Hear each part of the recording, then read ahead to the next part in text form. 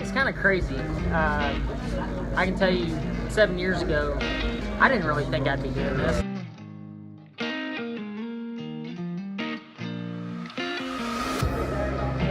But just somehow it became a reality.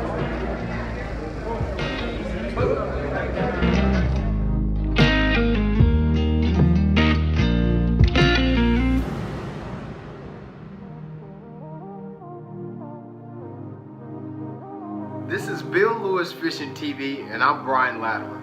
Today we'll be following Andrew Upshaw at the Forestwood Cup, which is the biggest show in bass fishing.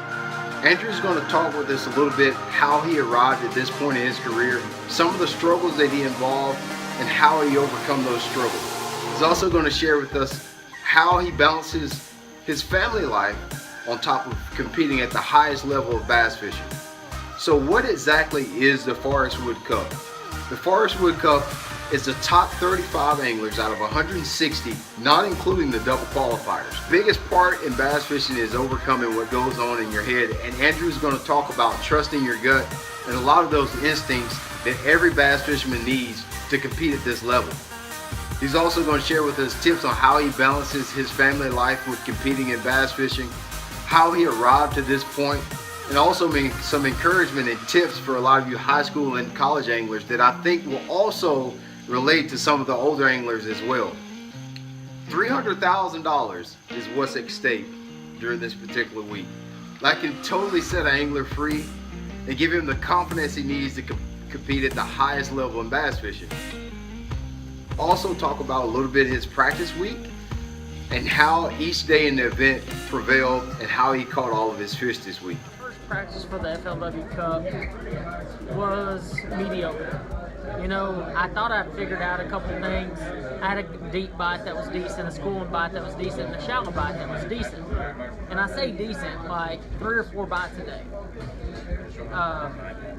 You know, things changed. First day of the tournament, I roll up to a schooling spot, throwing my stutter step. I can't tell you how many fish I had to blow over to. If it was 1, it was 20. I lost a lot of fish that first day that really cost me. And then I ran shallow for 5 hours and never had a bite. Not one bite. And I just scrambled and got lucky and figured out a little dog pattern, and I caught a couple of them. I had 2 that were on stutter steps that were keepers, and then I caught 3, you know, skipping docks. This is my first Forestwood Cup. Man, what a whirlwind season. I can't even explain the ups and downs that I had this year. Started out the year at Lake Guntersville, and you know, my experience at Sam Rayburn's Toledo Bend really saved my butt there. Throwing a rattle trap, staying confident in yourself, fishing for 5 bites a day, and getting those 5 bites all in a rattle trap. You know, I tell you, this season I could tell you all kinds of stories about the whole year about how things went my way. Today was a grind. I had 6 keeper bites all day. I landed 4. Honestly, man, like I was fishing down a bank for bluegill spawning fish, and I look up about 20 yards in front of me and I see a fish swimming away from me out in like 15 foot of water, just swimming down the bank. And I threw that frog over there and reeled it right in front of it, and he ate it and gulped it as a 5-pounder. What you got in there? Just open it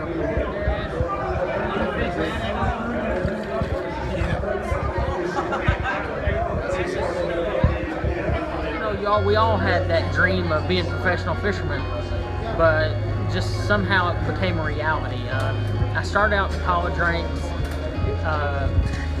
BFLs, Costas, that kind of stuff, and just kind of worked my way up. I didn't really, I don't know, it wasn't really a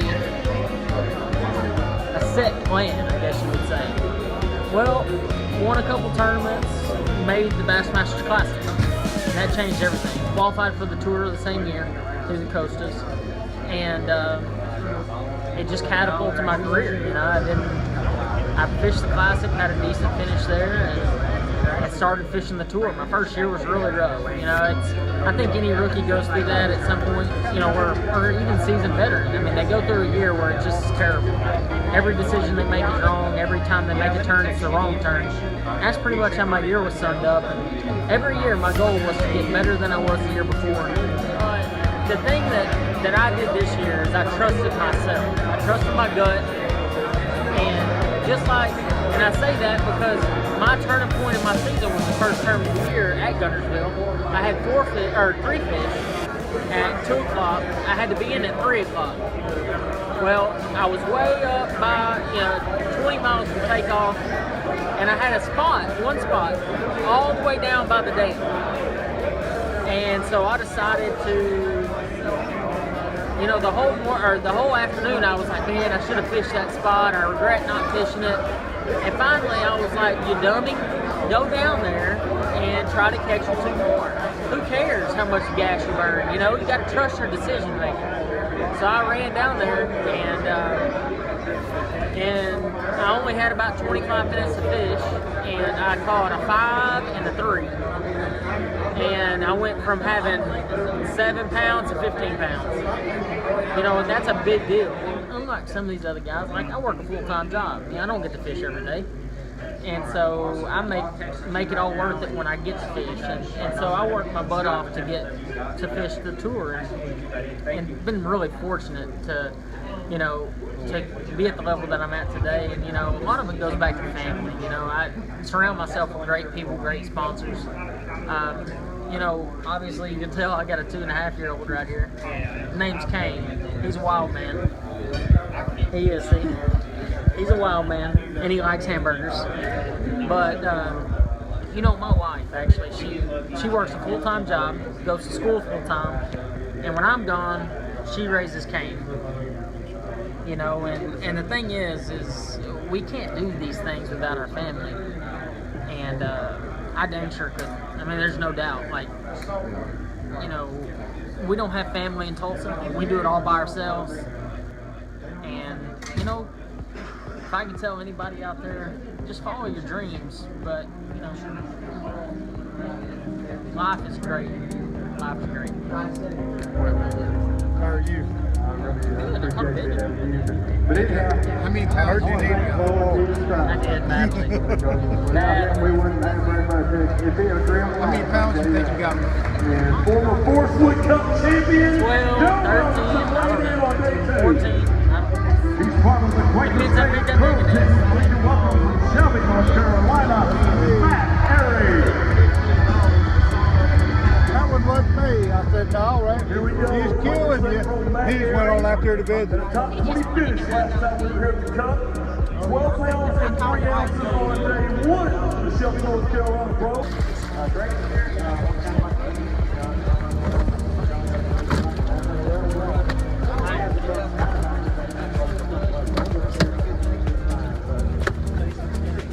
Matt Airy, right here for you. Absolutely. The Players State Pro, another Forest Cup for him. Our next angler comes from Tulsa.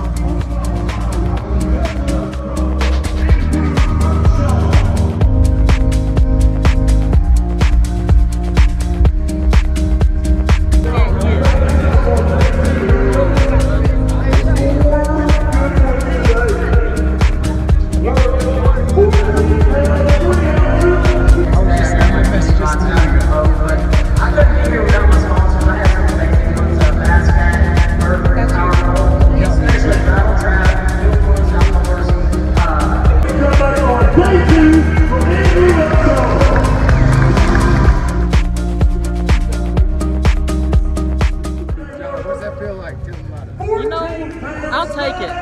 4 fish, 14. Well, what do you say? What do you say? No, you got anything to say? We're very proud. Make it. Gives us a full fuel for next year. We're ready.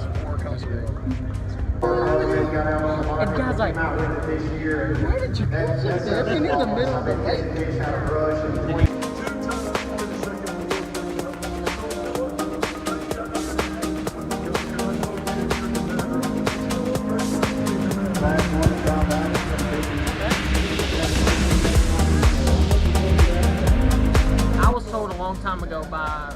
my mentors, Tommy Martin, that in this sport you got to stay humble. You know, you got to stay humble. And what humble means is when you go win a tournament or finish in the top 10 or finish in the top 10 a bunch, don't go out there and say, hey, look how great I am. Look how amazing I am. You got to just be humble. People are going to recognize success, always. People are going to always recognize success. I can't stress that enough. Go fish, let your fishing do the talking. And you're going to get more sponsors. You're going to have more success down the road. And you have longevity in this career. The people are boastful and aren't real, and they just push themselves 24/7. They're not going to have longevity here. They're just not. So just remember, always learn something new on the water every day, no matter what it is. Even if you don't have somebody out there to teach it to you, go watch a YouTube video and then apply it. Don't just learn it, apply it. Stay humble when you have success. Appreciate the good times. And remember, in fishing, you got to be a good loser, because you're not going to win every tournament, but you got to be able to let those tournaments roll off every time that you fish. That's just a really quick tip on how to be a better college and high school fisherman from somebody that's experienced it.